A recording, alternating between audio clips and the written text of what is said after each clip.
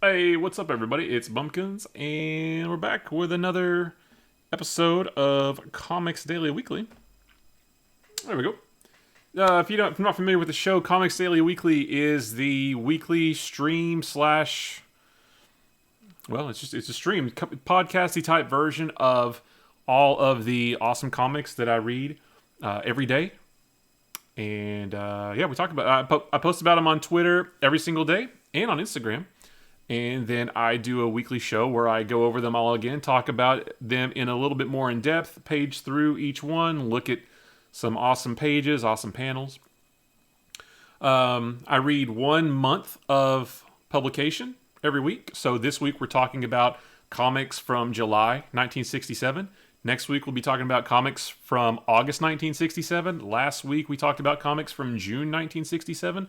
You get the idea. So every week we are experiencing these comics as they came out originally. Now, I'm not reading everything every week. I'm not reading Thor. I'm not reading X-Men, not reading Tales to Astonish. Some of those things I just, didn't really tickle my fancy too much. Plus, I can only read so much at a time. So, I've got 6 titles for you today, talking about, again, from July 1967. Today, we'll be looking at Amazing Spider-Man number 50, which is the big one. This is the one that I've been looking forward to since I started this whole thing, since I started reading these and tweeting about them back in May. So for like 6 months now? Almost 6 months, maybe 5.5 months or so. Amazing Spider-Man number 50, Tales of Suspense number 91, Daredevil number 30, Avengers number 42, Strange Tales number 158, and Fantastic Four number 64. As you know, if you've been here before, I also read most of the time. I'll read something random on Saturday, since there's only 6 comics I'm reading every week, and there's 7 days in the week. This week I read Something Is Killing the Children number 1. That's from Boom Studios. Just talk about it real quick. It's a really awesome comic, kind of a Stranger Things feel. There's a small town. There's a monster in the woods, and it's killing the children. And there's a monster hunter that comes into town, and hilarity ensues. So I only read the first issue. It was a great thing to read on Halloween. So I'm actually recording this. No, I'm on time. I'm recording this on Monday, November 2nd. So I read that on Saturday, October 31st, on Halloween. That was a great Halloween read. So if you're looking for something kind of spooky to read, Something Is Killing the Children from Boom Studios is fantastic. Real quick, too, I wanted to mention my YouTube channel has been up for a week or two now, where you can actually find all of these episodes. So you've got the first 11 episodes of Comics Daily Weekly. You've got those there, as well as here on Twitch. You can go back and watch those VODs. And I released a video going through my old comic book trading cards from the 90s. Marvel cards, X-Men cards. Well, those are mostly it. There was a few other randoms here and there. Some image cards in there. But mostly Marvel and X-Men cards, just kind of going through those. I released the first part of that one, and part 2 is coming. I actually recorded it all at once, but it was a little bit too long, so I broke it up into 2 parts. Part 2 will be coming out this week. So check out Bumpkins TV on YouTube. I don't have a vanity URL, but if you just go to YouTube and search Bumpkins TV, just like here on Twitch, you'll find it. So anyway, let's get right into it. Oh, and one thing I want to try to do starting this week is these episodes go on for like an hour and 20 minutes every time, and sometimes there's just not a lot of substance in some of these issues, and that's okay, because back in the day, these issues weren't groundbreaking, just like a lot of them today aren't really groundbreaking. They're entertainment. So I'm going to try not to, on those types of issues, I'm going to try not to spend as long going through every single detail.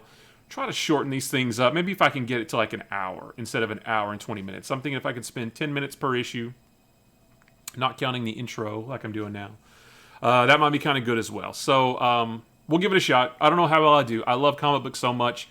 I could talk about them all day long, whether it's to a bunch of people or to a camera like what I'm doing right now. So, but let's get right into it because I'm super excited. We're starting this episode off with a banger. Amazing Spider-Man number 50. This is one of the most classic issues to this day of Amazing Spider-Man. You have the classic John Romita cover, Spider-Man looking over his shoulder, Peter Parker with his head down. Peter Parker doesn't want to be Spider-Man anymore, and it says it right there on the cover, Spider-Man no more. So if you've been here, this isn't really, I wouldn't say this was a continuation of the last 3 issues or so, but the last 3 issues, if you've been here, remember Spider-Man had to contend with the likes of Kraven, with the likes of the Vulture, with the likes of Kraven and the Vulture, all while being sick, and it was a lot for him to take. And he's kind of done at this point. He's finished. So let's get into this one. Now, I say that I don't want to spend a lot of time in some of the less substantial issues. Well, this one is not less substantial. This one is one of the more substantial issues. So if I can get Marvel to Unlimited to cooperate, here we go. It starts off pretty simple with Spider-Man foiling a bank robbery or a heist of some sort. Nothing too bad here. But kind of what breaks the straw that breaks the camel's back is this panel right here. Not really. It's not all about this, but this doesn't help. So he foils a robbery. You can see the 4 goons tied up there. But he has some onlookers, one of whom says, "You saved our payroll and perhaps our lives." But the other guy says, "Stay back. How can we be sure he isn't as bad as the others?" The Daily Bugle says he's a menace. Now, when I was a kid, and even a little bit older than a kid, I never really understood. I legitimately didn't understand. I'm like, why do these people think this about Spider-Man? Why do people think that Spider-Man is a bad guy, or not necessarily a bad guy, but not nice, And just putting it out there, in today's day and age of misinformation, disinformation, fake news, lies all across various media outlets, I get it. I kind of get it now. If you have a prominent media outlet or a prominent figure spewing lies about other people, about how dangerous they are, even if they clearly aren't, people buy into that. So that's just, sort of my little 2 cents. I'm not trying to get political, but I do sort of get it now, because J. Jonah Jameson is relentlessly attacking Spider-Man all the time in the biggest newspaper in at least New York City. And, always talking about how Spider-Man's a menace. Even though Peter sells pictures to Jonah showing Spider-Man, doing some good deed, Jonah always finds a way to spin it. It's not, it's not great, so I kind of get it now. But anyway, so, he says, "You can stop trembling, I don't bite." So then he rolls on into, let's get back in the full screen here. He's just sort of lamenting the whole thing. Well, let me drop back. Let's go to the next panel. "No matter what I do, half the population is scared stiff of me, and the other half probably thinks I'm some kind of full-time nut." Well, who cares what people think? That's just the trouble. I care. Everyone flips over the Fantastic Four. They think Daredevil's the coolest. Captain America turns him on, which is kind of a weird thing to say. But just mention Spider-Man and Freesville. So, and that panel right there, that's a good point. Everybody loves the Fantastic Four and the Avengers, and I guess maybe Daredevil too. We don't see Daredevil's public reputation as much. But yeah, Spider-Man definitely gets treated differently than all the other heroes. And a lot of it is because of the Bugle and Jonah. Peter says, "I'll never understand how it happened. I don't steal candy from babies or tie pin cans on puppy dogs. It's all Jameson's fault. He's got the public convinced that next to me, Genghis Khan was a piker." Which I don't really know what a piker is. I guess that was a 60s thing. I'm not sure. The public, the more I help them, the more they hate me. So the reason I'm harping on all of this so much, or I'm focusing on this, is because this is the crux of this whole issue. This is kind of what leads Peter to not want to be Spider-Man anymore. And now, once again, Aunt May is sick. So it's just all these things piling on. It does kind of seem like it came out of nowhere for this issue, but it's been, these things we've been slowly seeing them build up for a while now. So Aunt May's sick again. Peter's lamenting the fact that he should have been there with her rather than off gallivanting around as Spider-Man. So that doesn't help him to feel good about being Spider-Man either. What's interesting about this issue is that this is probably one of the best issues. This may be the best issue of Spider-Man up to this point.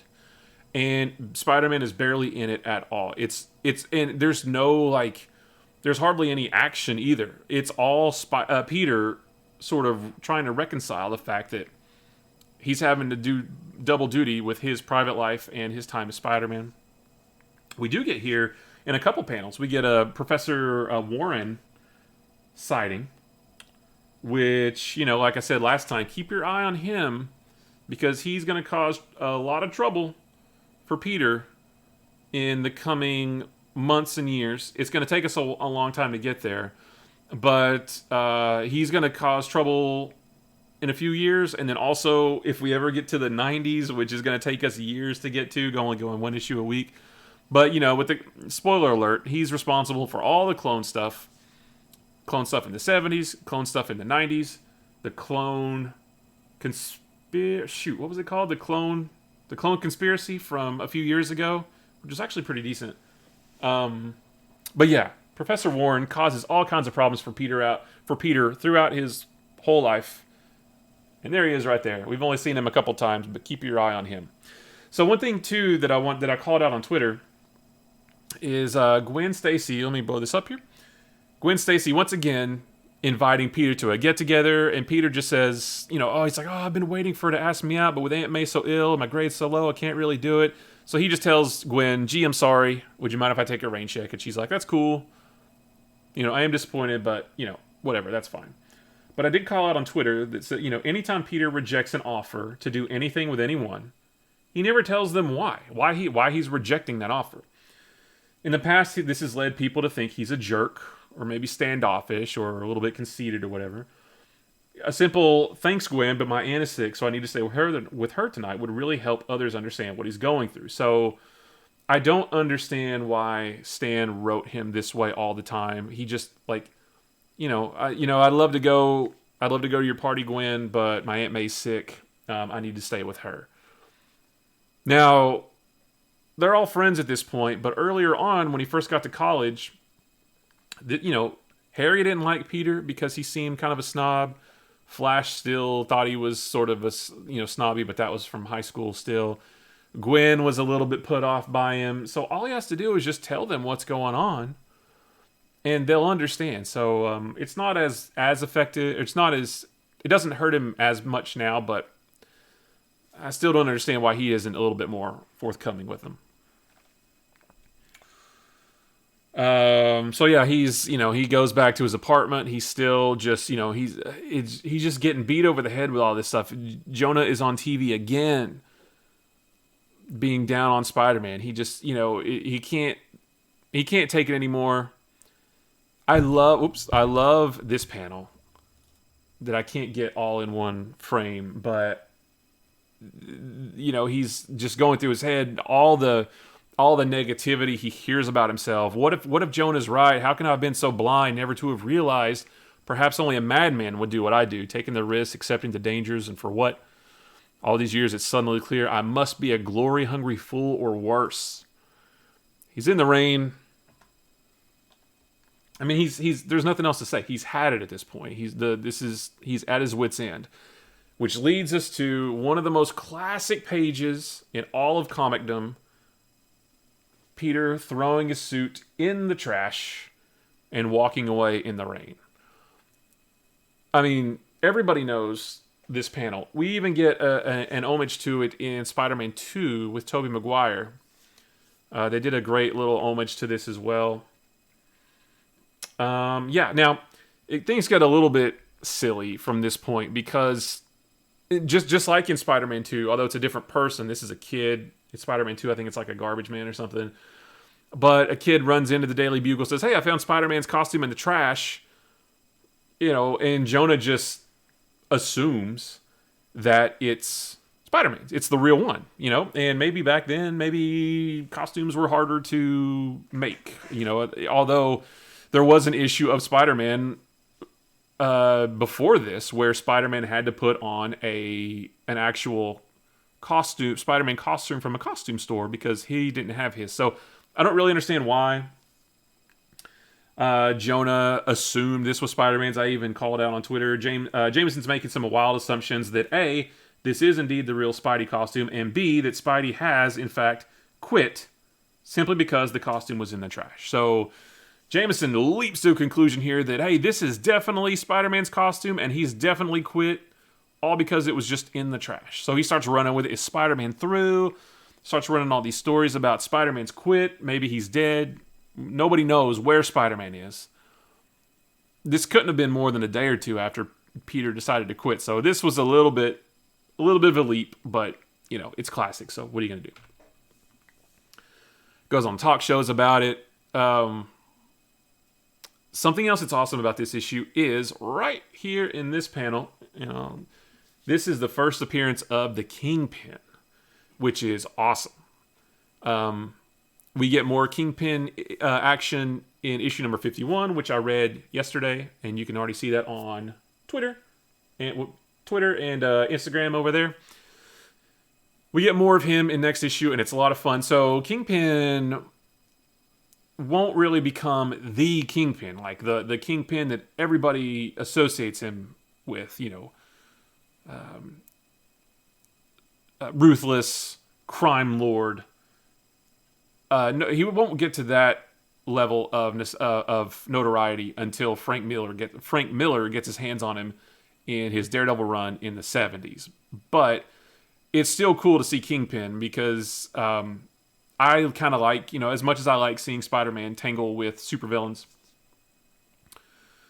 it's also fun to see him take on street crime as well. And, you know, gangs and mobsters and organized crime and that kind of stuff. There's a lot of great stories like in the 200s of Amazing Spider-Man that deal with a lot of like lower level street crime stuff.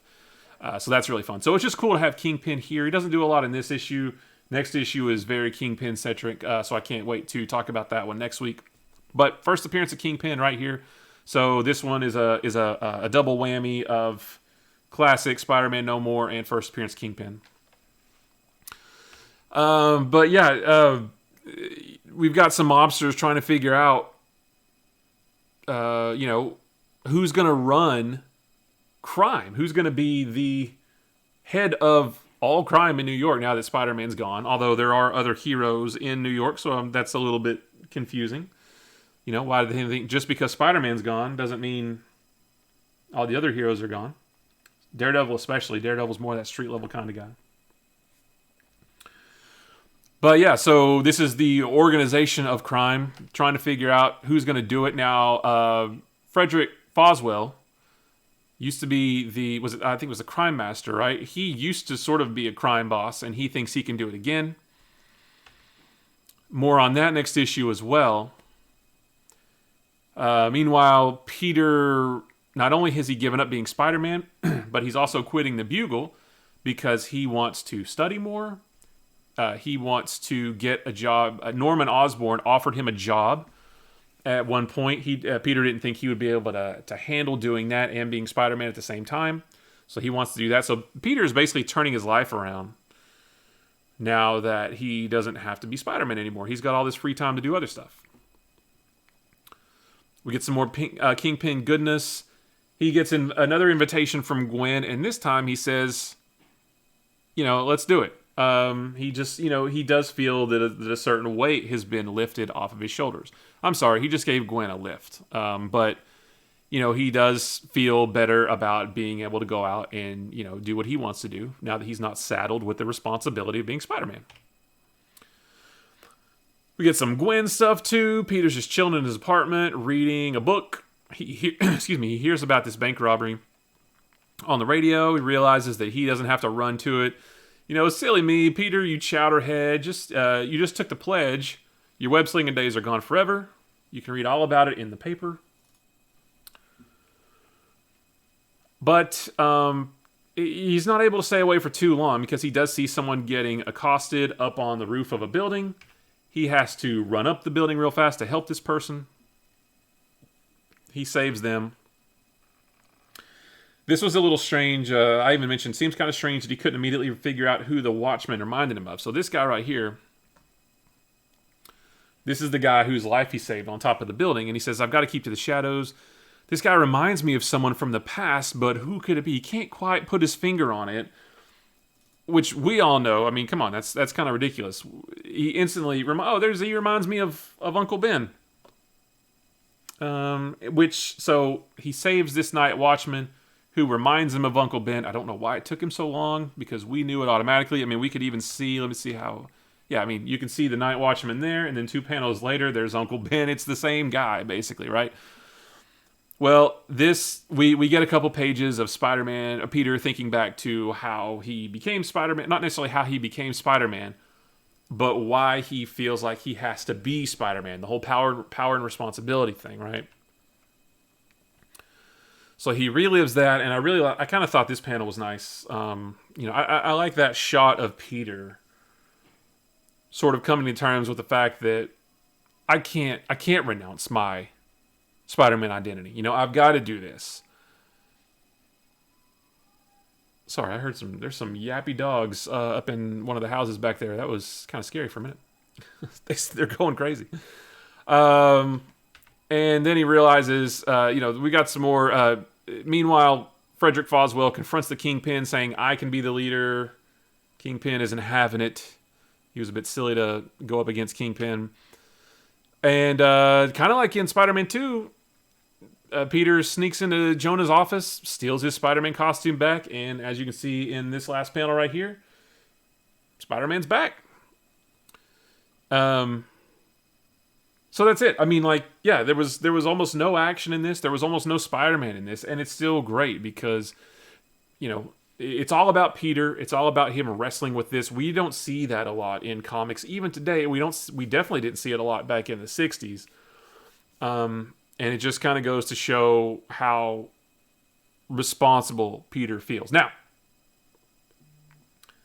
he will quit a bunch. He quits being Spider-Man a whole lot over the years. But this was the first time he really, he was almost serious. Like the first time he really, really thought that he was done. So it's just a great issue. Classic cover. Classic page with the costume in the trash can. First appearance of Kingpin. Kind of showing Kingpin's rise to how he wants to start rising to power anyway. Just great across the board. And like I said, I like the next issue too, even though it was just more, it wasn't a crisis of conscience anymore, but it had it was very Kingpin centric, very street level crime centric, and it was really good. So, we're not too far away from the 70s, like I've mentioned before, where comics get really, really good. So, again, Spider-Man is my favorite comic that I'm reading from this era. I'm a little bit biased because Spider-Man's been my favorite for my whole life. But yeah, classic Spider-Man. This is one of the best that we've read so far. All right. So anyway, moving on to Tales of Suspense let me get this here. Tales of Suspense number 91. Now, if you haven't heard me talk about this before, Tales of Suspense is a double feature between Iron Man and Captain America every month, every week as far as we're concerned. We've got, after this one, we have 8 more issues of it being a double feature before Iron Man breaks off into his own title, starting over with number 1. Captain America continuing this title with, and it being renamed to Captain America, which is number 100. We will get to that point right around the start of the new year. And I'm going to pull up my notes on this one just so I don't miss any points that I wanted to make. So this is one of those ones, like I mentioned at the top of the show, where I don't want to spend a whole lot of time on the Iron Man half of this issue because this was a real clean, one and done Iron Man versus the monstrous Crusher. Although I actually do want to talk a little bit at the end about it. But basically, this is a one and done. The story doesn't continue. And it's not picking up from last issue either. This is just a real simple. Once again, Tony Stark's building another device, and in the what is this country called? Tropical. Right around this era, Marvel is very careful to not name specific areas. Like in the early issues, they would mention, well, in Tales of Suspense number 39, first appearance of Iron Man, they do mention Tony Stark going to Vietnam, right? And in earlier issues they've mentioned him going to Vietnam, and they actually even talk about it in the next issue. Well, they kind of talk about it in the next issue of Tales of Suspense as well, which we'll talk about next week. But they've talked about going to China before, but now in this era, and I'm kind of glad they do, they don't mention names. They just say in a far eastern country or in an isle far south of the border, that kind of thing. So they're very careful not to mention specific places. So we are south of the border here. There's a dictator wanting this other scientist to create this formula that's going to make him powerful so that he can take down whoever it is he wants to take down, right? Well, the scientist instead takes the formula himself, and as you can see, he starts bulking up. It's kind of weird. One thing that I thought was weird was, look, he's changing. He's getting swole now, right? But they made a point to call out that even his hair is receding. He's getting swole, but even his hair is receding. That's kind of a weird observation to make, although I guess it is happening. But he's getting bulked up. And let's see. What exactly is it that makes him want to take on Iron Man? I have an offer to make you. Using your matchless might, if you go to America and destroy the one known as Iron Man, I will make you generalissimo of all our army. And, the scientist says, I accept. His armor cannot stop the Crusher. I don't really know why they want to take on Iron Man other than this is an Iron Man story, but sure. And the rest of it really is just this guy traveling somehow to America and fighting Iron Man. Now, he does continue to evolve, maybe evolve and sort of devolve a little bit at the same time. You can see his appearance changing throughout the panels here. But he's just becoming a Goliath, not Goliath from Avengers, but he's just becoming a big hulking brute that really, is giving Iron Man a run for his money. And so, this issue, like I said, it's really action-packed. It's a nice one and done of just Iron Man and a random villain of the month. I actually don't know if this Crusher villain comes back at all. I'm not real sure. But Iron Man is able to defeat him with a device that actually makes him heavier. It's making him heavier and heavier and heavier to where he can't even walk anymore, and he actually falls into a hole in the ground. Basically, like the floor can't support him, so he falls down. And that's it. And I guess Tony's going to seal him in, as you can see in the last panel there. But earlier in the issue, Tony does make mention how he hasn't seen Pepper or Happy in weeks. And I did kind of make a note that they sound like terrible employees and should probably be fired if they disappear for weeks on end and their employer doesn't know where they are, right? Well, it turns out, and I didn't see this coming, I don't think I knew this, but it turns out that they show up again. There's Happy and Pepper right there. They show up again. Tony says, where you been? They said, we eloped, and now we're Mr. and Mrs. Happy Hogan. They got married. Which, I've talked about it before. We talked about it, I think, a little bit last week with Daredevil wanting to propose to Karen, even though we've never even really seen them be on a date before. We've never really seen Happy and Pepper, be romantically involved. There's been this weird little love triangle thing between the three of them. But we've never ever really seen it take off, and then all of a sudden they're married. Okay. That's weird, and I don't think it lasts. I don't, in the new issues, Happy's not even around, so I'm not sure. I'm gonna be interested to see because I should know, but I actually don't know how this all resolves itself. So, but Tony, he's in love with Pepper, and I was thinking, oh no, here we go. Tony's gonna be all woe is me.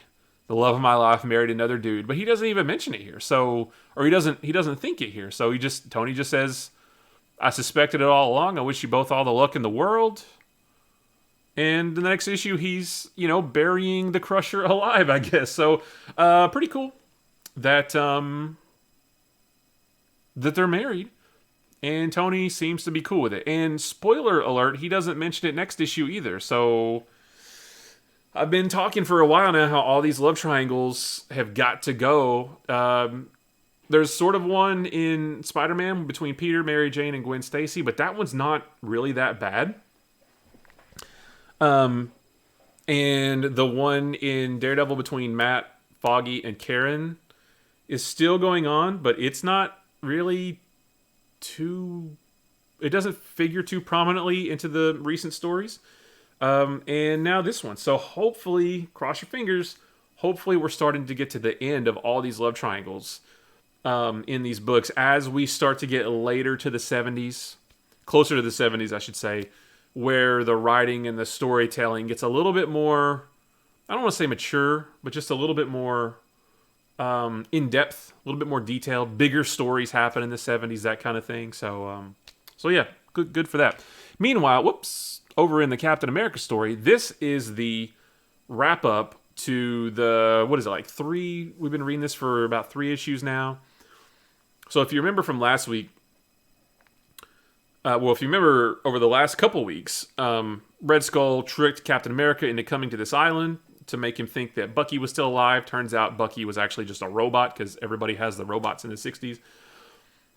There was last issue was pretty cool because it was all Cap versus Red Skull, which is always a good time.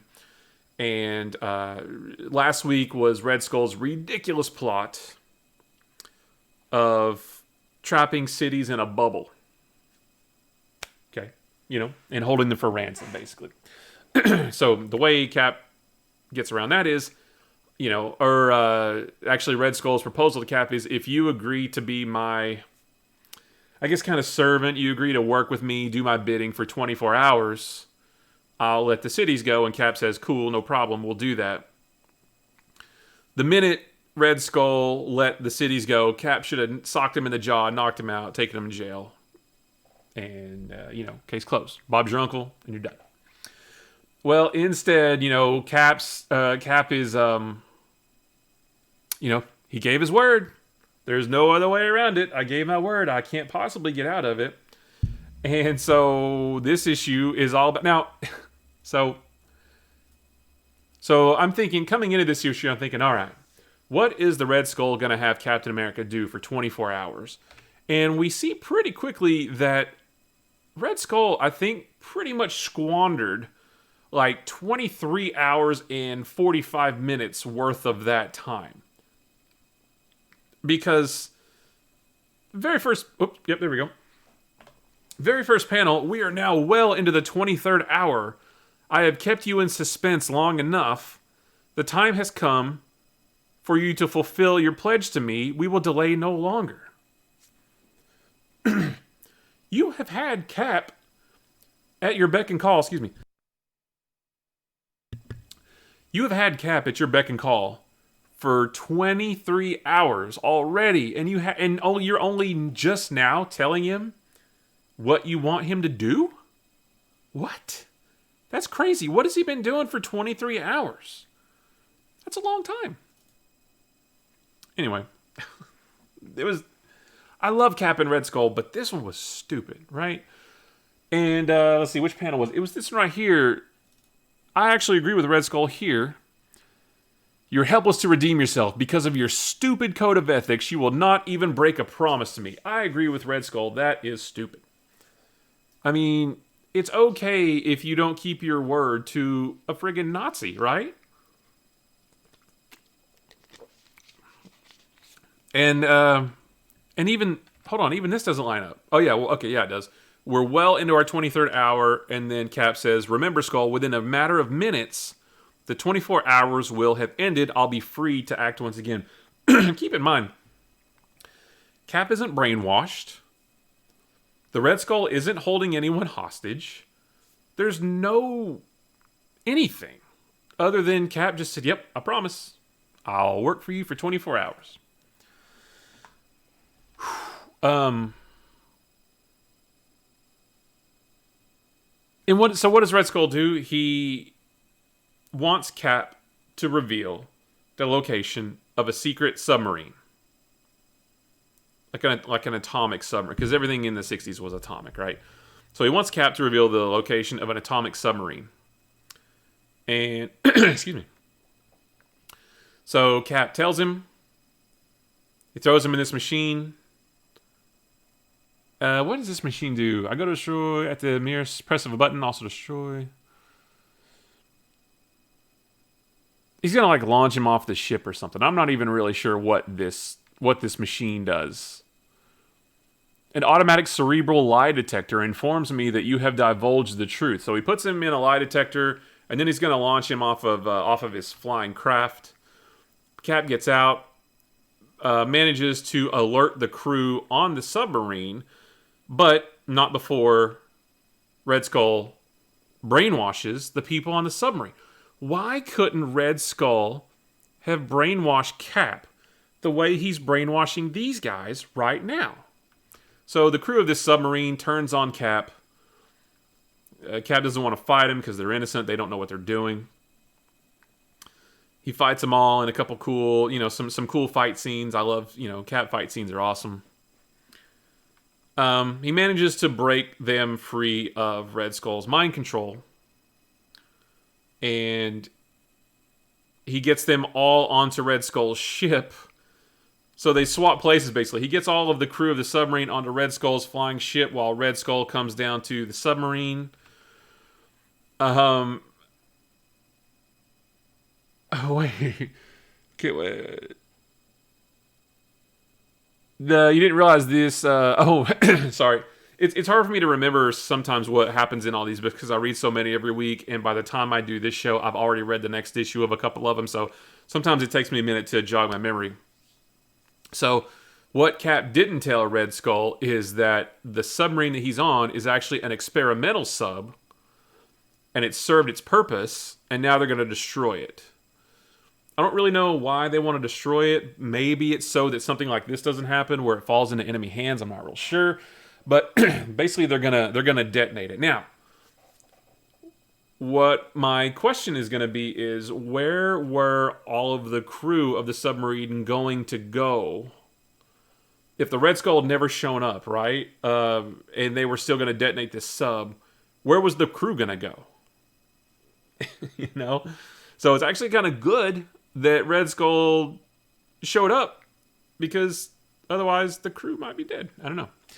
And so the sub explodes, and that's the end of the Red Skull. Totally. He's totally never coming back. I can guarantee it. Scout's honor. Without a doubt. Red Skull's never coming back. Ever, ever, ever again. Ever.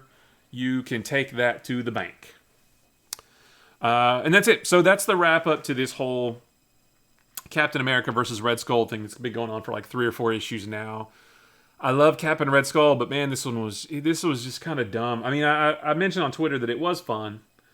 This issue was fine, but I said it's wild that the whole scenario could have been avoided if Cap simply broke his word to the Red Skull and refused to do what he was told. But actually, I guess it's good that he didn't break his word to the Red Skull, because then I guess the crewmen on that submarine would have died because they were going to blow it up and they had nowhere else to go. Right. Yeah. So anyway, that's it. We're getting closer to, like I said, we're getting closer to Captain America number 100, which is the end of a story that I think starts in Tales of Suspense number 97 that has, it's got Black Panther in it. It's got the mysterious female S.H.I.E.L.D. agent that has popped up in here before. She shows up next issue. Spoiler alert. So we're getting close to a real good, I think what's going to be a really good Captain America story. So more to come on that. So next up we have Daredevil number 30. And in this issue, we see,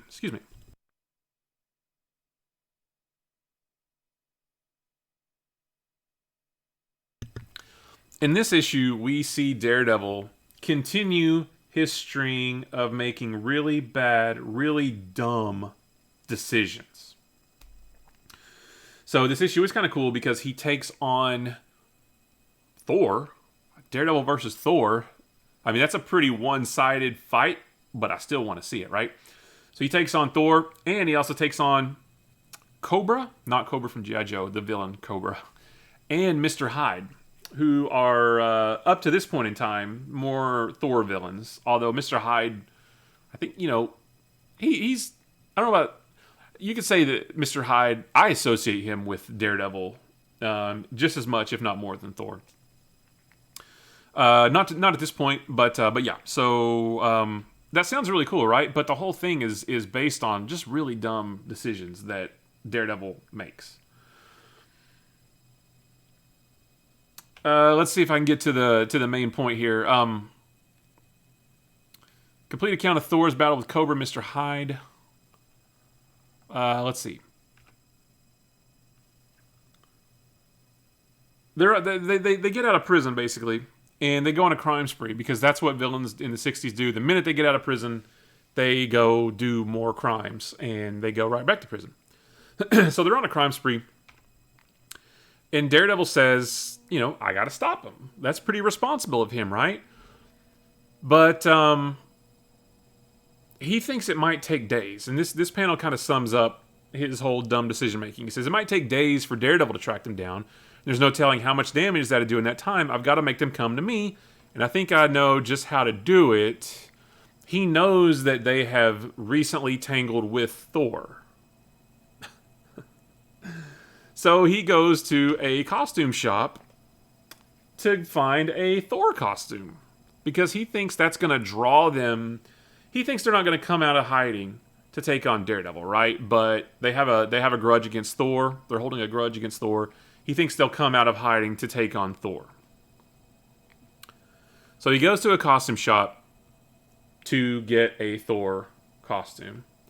And he did it. Daredevil dressed up as Thor. But he is also... Keep in mind... you see the last panel there, and then the next panel, Daredevil has his Daredevil costume on underneath this, right? So he even makes mention that he's got flesh-colored plastic that he puts up around the arms to cover up his red suit. He puts on a mask over his mask, which is over his face. He's dressing up as Thor. Sorry. He makes mention of the fact that all of that extra stuff helps make him look more buff, because Thor is, way more built than Daredevil is. And he swings through the, he uses his billy club. What's up, lad? Being a superhero ain't easy. Yeah, dude, you're not kidding. So he uses his billy club kind of hidden behind Thor's hammer, hidden behind this prop hammer to swing around the city, make it look like he's flying. And he even meets up with he quote unquote flies into the offices of Nelson and Murdoch. Okay. So then he reveals himself to Karen and Foggy, saying, "Hold on, I'm not really Thor. I'm Mike Murdoch now." So in this, let's see, which panel is it? We'll get to it in a minute. But basically. What did I say here? Matt Murdock is pretending to be Mike Murdoch, dressed up as Daredevil, dressed as Thor. You got it? So, we are in, 4 layers of Inception now, right? You've got Thor on the outer layer. Think of this as peeling back an onion, right? We see Thor... But underneath Thor is Daredevil, right? But then underneath the Daredevil costume, I guess, is Mike Murdoch. And then underneath the Mike Murdoch persona is Matt Murdock. So you've got 4 layers of the onion. We are in superhero inception here. This is stupid, guys. I mean, Daredevil's been making there's just been a lot of dumb stuff in Daredevil lately, and it was riding high there for a while, and now it's just every week I come to this. Every week I launch the next issue on my iPad, and just think, what dumb stuff is Daredevil gonna do this week? And it's just dumb. Now, that's not to say everything in this issue is bad, because as you can see here, Don Blake hears about Thor flying around the city. Don Blake says, I'm not doing that. That's not me. Somebody's impersonating me Bam, stamps his cane. There's Thor. I'm going to find out who this imposter is. And he actually flies into Daredevil Thor swinging around the city. You know, they pretty much collide into each other. And they fight each other. Daredevil as Thor and regular Thor fight each other. Thor twirls his hammer, gush of wind, blows the costume off of Daredevil. Daredevil's like, whoa, chill, it's just me. They do tangle a little bit. This is cool. Now, I like this, though. I didn't know that this issue is what this was about. Like, I've never seen Daredevil go up against Thor before, so that's pretty cool, right? Because, every time heroes meet up, they have to fight. I mean, that's just comic book law. But Daredevil and Thor, that's awesome. I never thought I'd see those two fight. And really, I mean, realistically, Daredevil doesn't have a chance, right? He doesn't have a prayer in the world. But they fight anyway. Thor's not gonna hurt him real bad or anything. But these pages we're flipping through is just a cool fight between Daredevil and Thor. Daredevil kind of explains himself, why he's doing what he's doing, and Thor says, that's cool, I get it, and I've got other stuff to deal with anyway. You go deal with him. You deal with Cobra and Mr. Hyde. I got other stuff to do. I mean, Thor could have probably taken these guys out in 2 seconds, but Thor's got stuff to do, man. So he says, Daredevil, you deal with it. I'm gonna fly away, and he flies away. And then the rest of the issue is just Daredevil taking on Cobra and Mr. Hyde. Now, that's pretty cool. Daredevil taking on 2 villains is awesome.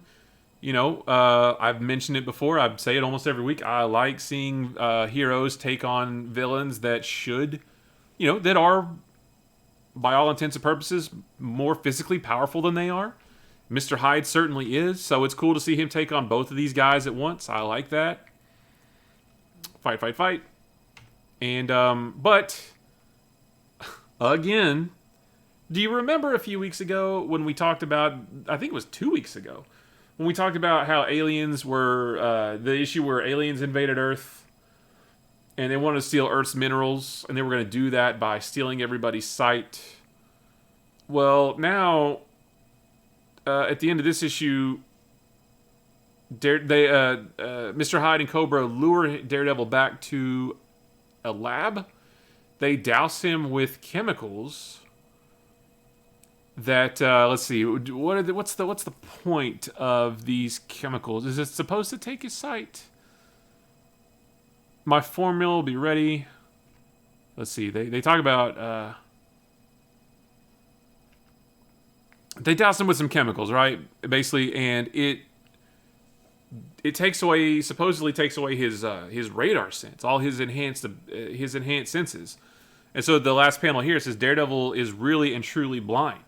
So the next issue basically is Daredevil, the blind superhero, trying to be a blind superhero without all of his extrasensory abilities. So that could be interesting, I guess. I don't think it's the last time that's going to happen either. So we'll see. I mean, the fight with Thor was cool, and the fight with Cobra and Mr. Hyde was cool. But all the layers of I'm going to dress up as Thor and I'm still Mike Murdock and all this stuff, it's getting dumber and dumber. Daredevil, the character, as well as Daredevil the book, is getting dumber by the issue, and it needs to change. It's not an understatement to say that Frank Miller really turned this book around in the 70s. I have to think, though, that it does get better between here and the start of Frank Miller's run. It's got to get better somewhere in there. It can't continue to be this ridiculous until Frank Miller gets a hold of it, because we're a long way off from that. We're like 100 issues. We're 140 issues away from that still. So that something's got to give. I hope it gets better, but that's where we're at right now. Daredevil doesn't have his radar sense, and we'll figure out what happens next week. So Avengers number 42. This one, let's see. I just looked at this one. What happens in this one? Oh yeah, this is the follow up to last issue, where the Avengers tangled with Diablo and Dragon Man. So at the end of last issue, Diablo and Dragon Man actually kidnapped, I guess, Goliath and the Wasp, and they're holding the Wasp. They've got her chained up basically, and they have Goliath has to do whatever Diablo tells him to do because he's got Wasp captured. Now that at least makes more sense than Captain America working for the Red Skull just on a promise. So at least there's some stakes involved, and we get a little bit of explanation why. But good old Hercules. The rest of the Avengers are figuring out how do we got to go save him. We gotta figure out what to do, and Hercules is just eating grapes. All right, and of course this leads to more arguing between Hawkeye and Hercules because Hawkeye has to argue with somebody every issue. They do put out a call to the Fantastic Four to try to figure out where Diablo could be hiding because he knows that the Fantastic Four have tangled with Diablo and Dragon Man before. And cool, you guys know that I love superheroes in castles, and we get more of that next week too in Tales of Suspense. But they're in a castle in Transylvania, right? So the Avengers are going to head off to a castle in Transylvania based on the information that Mr. Fantastic gave them. Meanwhile, we see Goliath, chatting it up with Diablo and Dragon Man.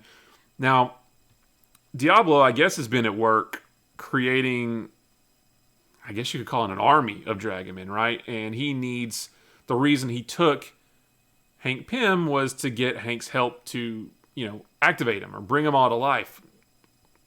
Because Hank is, a brilliant what do they call him? Biochemist? Biochemist. He's the greatest biochemist on Earth. Henry Pym, sorry. Hank says, I'm not gonna do this. You're crazy. But Diablo says, nope, you know what? Dragon Man is gonna smash, he's gonna squash the Wasp if you don't do it. So, obviously Goliath's like, all right, whatever. I'll do whatever you tell me to. Meanwhile, the Avengers give chase.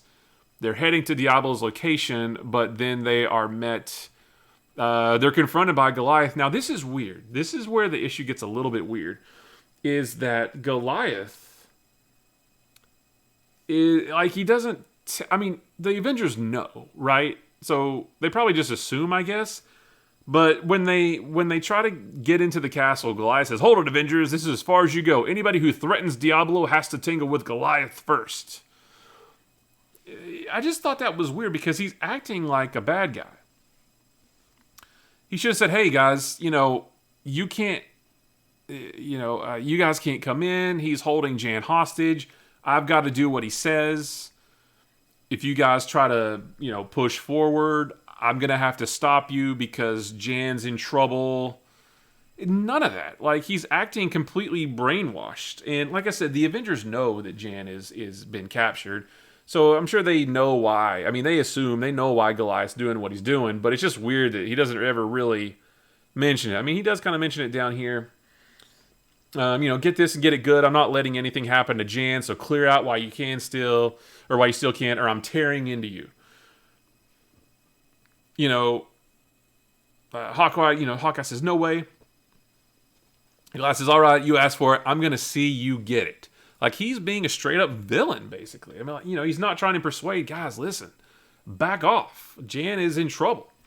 So I thought that whole thing was a little bit weird. Now, this issue is cool because we get a really cool fight. You can see it right here, or right over here, I guess. We get a cool fight between Hercules and Dragon Man. So Dragon Man is really, really strong and powerful, but so is Hercules. They get into a knockdown, drag-out fight, knocking each other through cave walls and castle walls and things like that. So that was really cool. I enjoyed this aspect of it.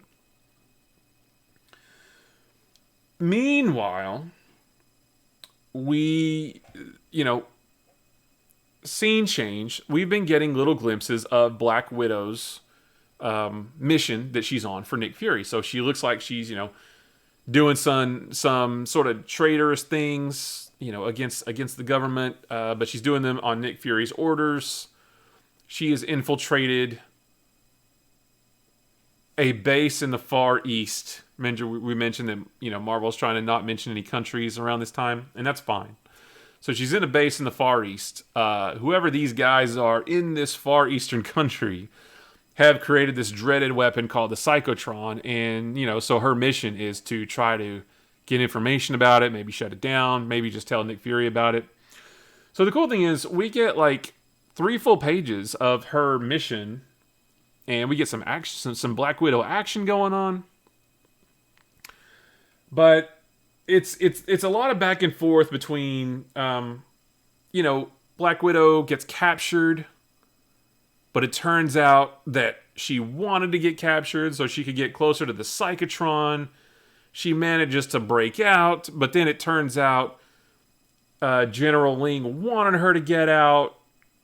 So it's a lot of back and forth between, I managed to escape. Well, I wanted to let you capture me, and now I'm going to escape. Well, I wanted to let you escape from getting captured. There's a lot of back and forth of that. So I don't really know who's got the upper hand right now. So we're only getting little glimpses of this as every issue. So I don't know, if and when this is going to come to a head. I would like it if there's a whole issue dedicated to this, and we might get a little of that next issue, because next issue is the first appearance of the Red Guardian, who has ties to Black Widow, and is also going to be in the Black Widow movie coming out next year. So that's going to be cool to see him. I actually haven't read that issue before, so that's going to be neat to see. So maybe next issue might be devoted to Black Widow's whole mission that she's been on for the last several issues. I'm not real sure. I probably should know, but like I said, I've just never read it. So that's all the Black Widow we get. But going back, we've got more Goliath fighting the rest of the Avengers. Again, just sort of acting like a bad guy. Not really. He does not. I guess what bothers me is he's not acting remorseful for what he's doing. He's like, gosh, they could be slugging it out, and he could be saying, guys, I'm really sorry, but I have to do this because Diablo is holding Jan hostage. Dragon Man is standing right over the top of her. Well, what they finally reveal that, hey, don't worry about Dragon Man. Hercules is fighting him. Dragon Man is completely occupied. The minute they tell him that, Goliath says, oh, well, that's great. I'll help you guys out again. Sure, that's awesome. He says, it might have meant Jan's death and my own. I've decided to sabotage Diablo's scheme and bring an army of dragon men to life. Oh, I'm sorry. Sabotage Diablo's scheme to bring an army. He's not gonna do it himself. He wants to sabotage it, right? So he did want to get close to Diablo. So that was part of his plan too. Again, no mention of that anywhere. So that's a little bit frustrating. So then from there on, it's just the rest of the Avengers taking on Diablo. And nice little surprise that I didn't see coming, Cap shows back up, right? So Captain America has been, as we've seen in Tales of Suspense over the last few weeks, Captain America's been working for the Red Skull for no reason, and fighting the Red Skull on that island. So we read these. Well, actually, I guess it kind of works out because just a minute ago we saw the Red Skull story wrap up. So now we're seeing him come back to help the Avengers now that he's done with the Skull, right? So Cap's back. That's pretty cool. We haven't actually seen him hang out with the Avengers in, about 4 issues now. So that's some good continuity that they had going back then, is that, Cap was gone. Cap was doing his own thing in Tales of Suspense. It wouldn't have made much sense for him to be in the Avengers as well. We do get some head scratchers in the 70s when Peter Parker, the Spectacular Spider-Man, first comes out. So now you have Peter Parker, Spectacular Spider-Man, and Amazing Spider-Man, and they're 2 different stories coming out at the same time. It can be a little weird to the person not familiar with comics. It's like, how can you have 2 or 3 different Spider-Man books that are all different stories that allegedly happen at the same time, but they don't reference, you get what I'm saying. So it was cool to see Cap being gone from the Avengers because he was dealing with his own adventure in Tales of Suspense. So anyway, the rest of it's pretty simple. Hercules knocks out Dragon Man. The Avengers knock out Diablo. The coolest thing about this issue was the battle between Hercules and Dragon Man. They're just knocking each other around, right? Hercules is letting loose. Dragon Man finally has a worthy opponent because, Goliath couldn't really do a lot against him because he's just that powerful. So that whole thing was cool to see. Jan escapes. Oh yeah, he gets the Terminator 2 ending. Dragon Man, Hercules throws him into the lava. I really wanted a panel of Dragon Man, sinking into the lava, holding his, giving a thumbs up to Hercules. Like, good fight, bro. I wanted to see that as he sinks, Terminator 2 style, but we didn't get that. Cap sets explosives in the cave or in the castle, and he only gives them 30 seconds to escape, right? So Cap, what a jerk. Give us a few minutes to clear out of here, but Cap says, you got 30 seconds to get your crap and get out. Now, I forgot about this, so I guess maybe next issue is all about Black Widow and what she's doing, because at the tail end of this, they get a dispatch that says, according to this, the Black Widow is a prisoner behind the bamboo curtain. Her captors claim she was working as an agent for S.H.I.E.L.D. Now the Avengers have to go rescue her. And I don't understand why heroes do this. Hawkeye says, no, I'm the one who loves her, so I should be the one to help her. Well, why can't all the Avengers go? Sure, you love her, but take backup, man. It's cool. Nobody's going to think you're less of a hero because the Avengers are helping you. You are an Avenger. That's what being on a team means. So, the last couple issues of Avengers have been a little bit better than what we've seen for most of the run so far. But that bar was already really low anyway. So, hopefully it's going to start. We are actually not too far away. What issue was this again? 42. Another 10-ish, 15 issues. We're going to get Vision and Ultron, and we're going to get, like the core team back. The Yellow Jacket stuff is going to happen. Black Panther is going to start showing up in the Avengers soon. So I'm hoping that we're starting to get into the upswing of Avengers. I know it's eventually going to get good. I'm hoping we're on the road. We're on the on-ramp to the goodness of Avengers, because it's been rough. Like, so you guys know, if you've been watching the Anything New podcast or just follow me on Twitter, I've really been starting to collect omnibuses, right? And I've got down here, the Avengers Omnibus Volume 3 and Volume 4. And I was thinking, man, I got to get 1 and 2. I really don't think I want the Omnibus Volume 1 and 2, because I haven't really liked any of the Avengers, any issues of the Avengers, up until about where Volume 3 starts. So, I don't want. The completionist in me wants to get them, but I just don't like them. That's right, J-Dub. Only collect what you like, and I don't like the early issues. So like I said, hopefully we're on the upswing of getting good. Because it's been rough struggles from up to this point. All right, what hasn't been rough struggles is Strange Tales, number 158. Now again, just like Tales of Suspense, this has been a double feature between Nick Fury, Agent of S.H.I.E.L.D., and Doctor Strange. I have only been reading the Nick Fury half of these. Nothing against Doctor Strange. I like him just fine. But I just wanted to read Nick Fury. Sorry, my notes are a little bit jacked up here. Yep. So this is cool. This is the final showdown between Nick Fury and Baron von Strucker. So for a long time now, it's been S.H.I.E.L.D. versus Hydra. Supreme Hydra taking on all these different identities. Don Caballero. The other guy after that, whose name I don't remember, Special Agent Bronson, he infiltrated S.H.I.E.L.D. Hydra was 1 or 2 steps ahead of S.H.I.E.L.D., but then Nick Fury got wise to it, and he was a step ahead of Hydra. Nick Fury infiltrates Hydra Island. Last issue was a big, it was Nick Fury taking on Hydra Island.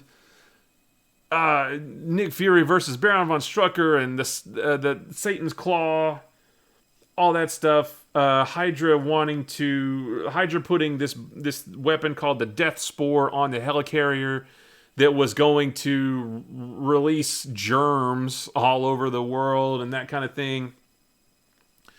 That story's been going on for a while now, and it's been good. And this is the end, right? This is the last issue of it. And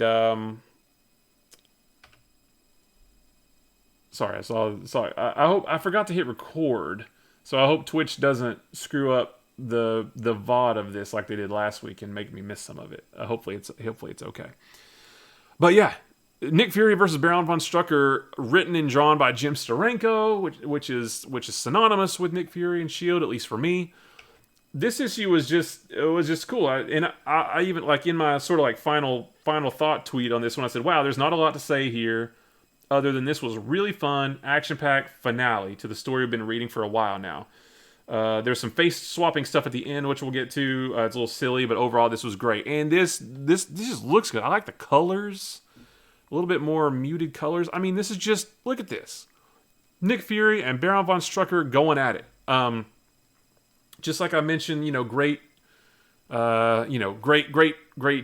face-offs or great battles. Cap versus Red Skull. Spider-Man versus Green Goblin. Batman and the Joker. I feel like Superman and Lex Luthor, or Superman and Brainiac. Nick Fury and Baron von Strucker. Shield versus Hydra. It doesn't get any better than some of that stuff. And this is just, I mean, there's not a lot to say here other than these guys fight the whole issue so that Hydra doesn't get away with their dastardly plan, right? Nick Fury's using all of his gadgets to he uses his belt to get the glove off of the Satan Claw off of Baron von Strucker. This was really cool shot. Nick Fury just leaping into action, taking on a bunch of Hydra goons. I actually, when I posted this in my Instagram story, the Comics Daily Instagram, if you want to follow that, I put gun effects on it. I thought that was kind of neat. I wish I had gotten on Instagram with this before, because it's fun to post these things as an Instagram story. And you can add, I try to make them a little bit more, not interactive, but a little bit, maybe interactive, I'll put music to some, or little animated GIFs or something on them. Just to make them a little more immersive, I guess is what I should say. And so I put gun flashes, nozzle flashes on that. And I'm saving those as story highlights. So if you want to go to Comics Daily IG, underscore, don't forget the underscore, Comics Daily IG on Instagram. I have all of these saved as stories. So I've got a story highlight. So I have one for Spider-Man and Daredevil, Avengers, all those guys. And I mean, it's just cool, right? It's just awesome. Nick Fury leaps underwater. Luckily, he's got an oxygen pill that he can take that'll give him air, that he can stay underwater longer. Meanwhile, the fine folks on the Shield helicarrier, Jasper Sitwell, Dum Dum Dugan, Gabe Jones, and all those guys, they found the Death Spore. They dismantled it. So that part's good. There's no risk of that going on. And here's the end of it's a little bit silly, because there's some face swappy stuff, right? So some Hydra goons run in, and all of a sudden they see Strucker versus Strucker, right? Well, that's weird. One goon tears off the mask and says, "Wait a minute, I've torn off the Strucker mask. This is actually Nick Fury." And they disintegrate him. What was it caused from? He's towering reactors buckle and tear into the scathing high tension arcs. Basically, they destroy Fury, right? Supposedly. Baron von Strucker hops into an aircraft with Laura Brown, who Hydra kidnapped an issue or two ago. But then it turns out, nope, it's actually me. So Nick Fury put on a Baron von Strucker mask, and then he was able to put a Nick Fury mask on Baron von Strucker, and then he put a Baron von Strucker mask over the top of the Nick Fury mask, which was already on top of Baron von Strucker's face. So now, just like with Daredevil that we talked about a few minutes ago, now we've got, 3 layers of Inception, or, we've got 3 layers of the Onion. So that was a little bit silly. And it would totally, we all knew that You could tell as you're reading this that that's how it was going to work out. But let me read this, and this doesn't zoom in properly, but that's okay. I just want to focus on this middle panel. When I finally got Strucker alone in his communications room after I gave him a shot in the jaw, knocked him out, which is what Cap should have done to Red Skull, I stuck him under that face-changing gizmo. Luckily, I'd seen it in operation. Then I made 2 masks of Strucker's face and put them both on us. So he put a Fury mask on Strucker, then made 2 Strucker masks, put one on himself, and another one back over Strucker. It's ridiculous. It's ridiculous, but I don't care because the rest of this issue was cool. It was all-out action between Strucker and Nick Fury. And I was wrong. I'm sorry, I forgot. When Nick Fury infiltrated Hydra Island, he actually brought the Death Spore with him. And they had, Hydra had activated the shield around the island so that when the Death Spore went off in the helicarrier and spores or germs, were rained down over the Earth, they would be okay in their protective bubble. Well, he flipped the script on them. Now the Death Spore went off inside the bubble, and that's the only place that they are. So basically, he wiped out all of Hydra. I don't know where the book goes from here. It only has another 10 issues, or at least 10 issues worth of Nick Fury stories. After that, there's a couple of Adam Warlock stories, which I might read. I like Adam Warlock. And then it eventually turns into a Nick Fury and Nick Fury Agent of S.H.I.E.L.D. proper title. I don't know if that picks up immediately after Strange Tales ends. I'll have to look into that, or if there's a little bit of a lag. So I'm not really sure where they go from here, but this was cool though. Like, I just like it because this is a story that's been building and building and building for a while now, which stories didn't typically run this long back in the 60s. You may have had like a 2 or a 3 issue little arc, but this has been going on for, I want to say close to 10 issues. I might be a little bit off on that, but it's been going on for a while, and it's been building, it's been evolving, and it's been really great. So really been really enjoying this one, and we'll see where they go next, because Hydra's done, and what do you do? Spy school, I guess. He's going to train some new spies, I guess. All right. And last but not least, Fantastic Four number 64. This one is cool because it's the first, not really the first appearance, I guess, but it's the first mention of the Kree, which is cool because the Inhumans have been around for, 15 issues or so now. And, the Inhumans, their origin is all wrapped up in the Kree, right? The origin of the Inhumans is that the Kree came to Earth, I don't know how, thousands of years ago. I don't know how, quite a long time ago, right? And they were experimenting with genetic manipulation. They created the Inhumans. The Inhuman DNA was passed down. Now, regular humans now might have Inhuman DNA, which gets activated with a Terrigen Mist. We haven't gotten to any of that stuff yet. So if we were reading this in the 60s, we wouldn't know any of that stuff, right? And if we were reading this in the 60s, we'd be like, the Kree? Who the heck are the Kree? We've never seen them before. But they're mentioned here. This is the first time they're mentioned, right? So the Fantastic Four decide to go on a vacation, right?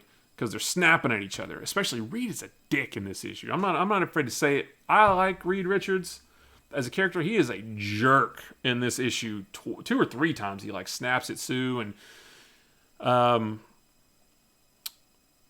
for crying out loud, Sue, use your head. How can we get any rest? How can we relax for a minute so long as there's as danger is out there? As a leader of this team, I've got a job to do no matter. It was like snapping at Sue, being a real jerk. Then he's like, whoa, sorry about that. Sorry, babe. It's just really stressed. Let's go on a vacation.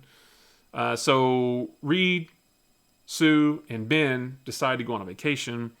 Johnny's going to stay behind because him and Crystal are finally going to get some alone time. Because remember, we've talked about it before. For what seems like forever, Crystal and Johnny have been separated. You know, the Inhumans were in that impenetrable dome in the Himalayas for a long time. I keep seeing my stream flicker. It really makes me worried that it's going to glitch out, but we'll see. We've come this far. So, their whole world is going to end if they don't get back to each other.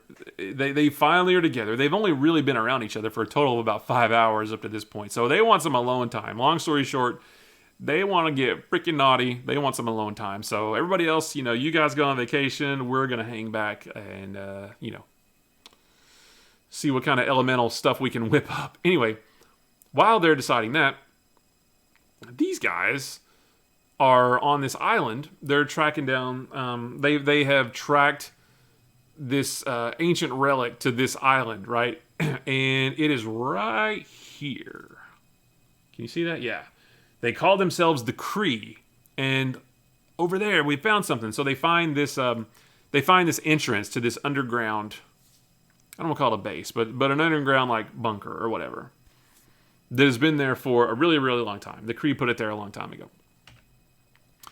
But they accidentally activate this Intergalactic Sentry 459. It is my mission to protect this base, as I have done for uncountable millenniums. So it's not even been, it's been several thousand years, I guess.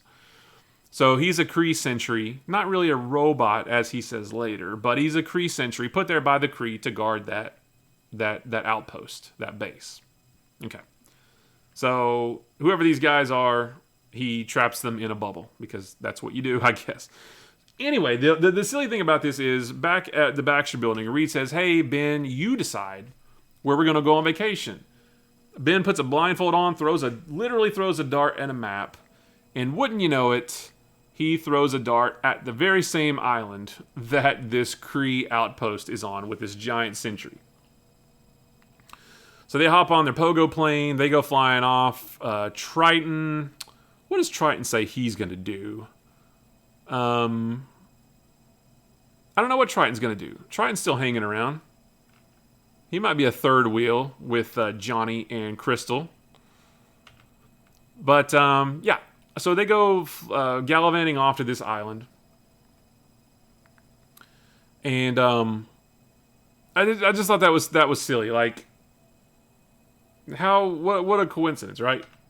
But so they get there, and then the rest of this thing is basically just a big battle between the Fantastic Four and this big Kree sentry. I mean, look at that. I mean, that's classic Kirby right there. That's awesome. So I love the Kirby art in this. I think we saw the Kirby dots all over the place. Kirby Crackle, whichever, has... like I said before, if you don't know what Kirby dots, aka Kirby Crackle is, Jack Kirby did this. See all these black dots? He puts that all over everything just as a way to sort of show energy, right? And it's a Jack Kirby staple. Other artists have mimicked it, but when you see it, you know where it is. You know where it came from. That's a Jack Kirby classic right there. So Jack Kirby draws these awesome, just giant robots and cosmic beings and that kind of thing. And then the rest of this is, like I said, the Fantastic Four taking on this Kree sentry.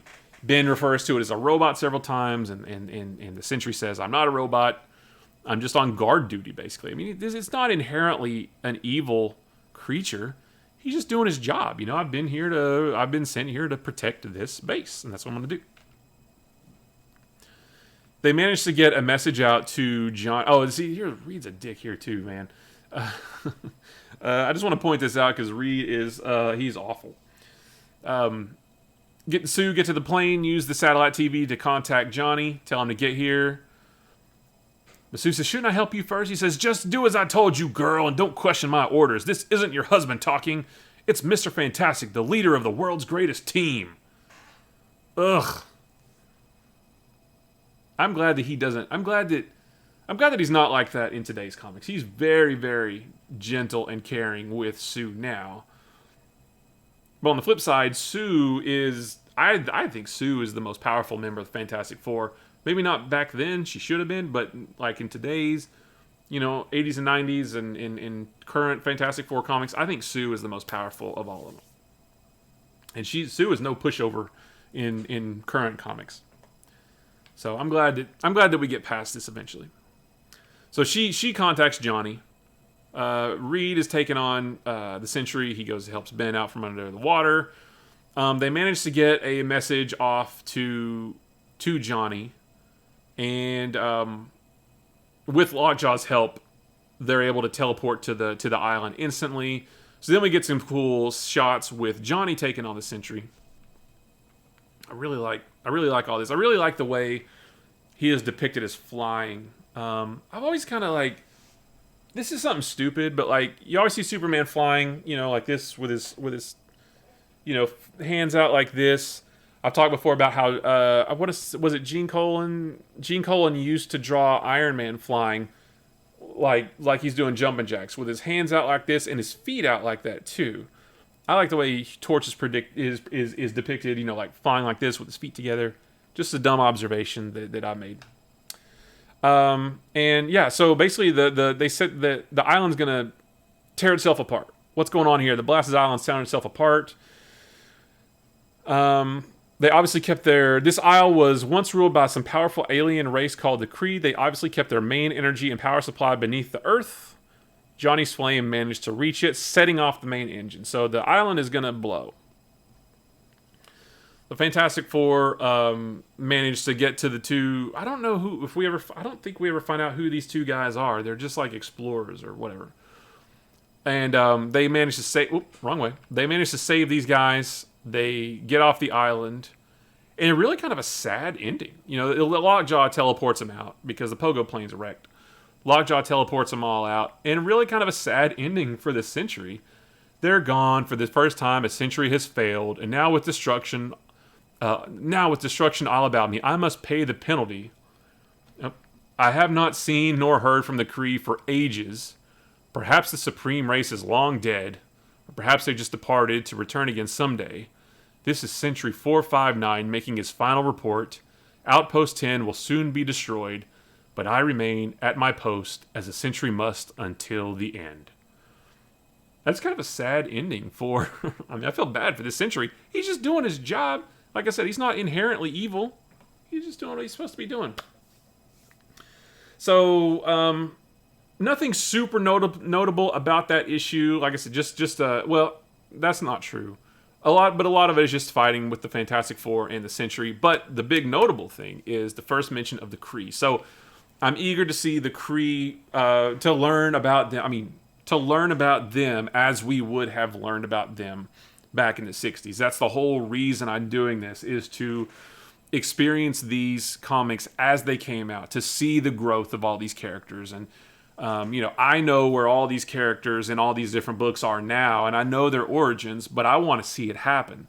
I've never read, a lot of these old issues of Fantastic Four or the old issues of Daredevil or whatever. I want to see how these characters got to where I know them to be today. So that's the whole point.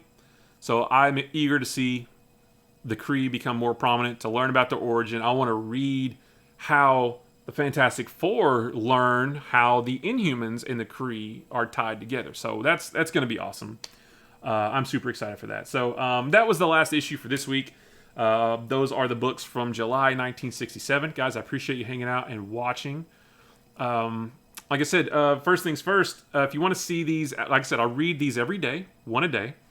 So if you want to check them out with me as I read them, just follow me at _ don't forget that _ Comics Daily on Twitter, or _ Comics Daily IG on Instagram. It's mostly the same stuff on both. I post, I try to tell a story more on Instagram by posting panels like in a certain order. But either one, you're going to get some good content. I had to put the IG on the end of the Instagram because I couldn't get this name for Instagram.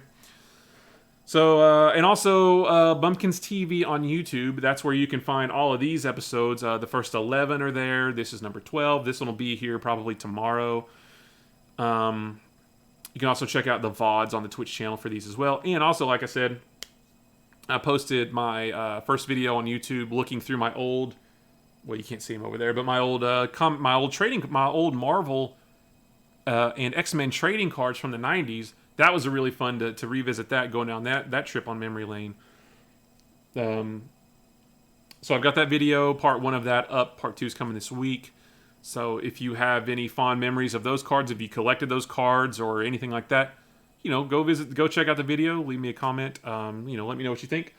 But guys, I'm out of here for now. I did not do a very good job keeping it to an hour by talking less about each one of these issues. I'll work on it. I appreciate you guys hanging out though for this long. I just love comic books. I love them. They have been part of my life for 3/4 of my life, if not more. I've read them for over 30 years, and I just love them that much. I could talk about them all day, whether it's to somebody or to a camera. So I appreciate you guys hanging out. And that's it. Next week, we'll be talking about comics from August 1967. So until then, I will see you later. Bye-bye.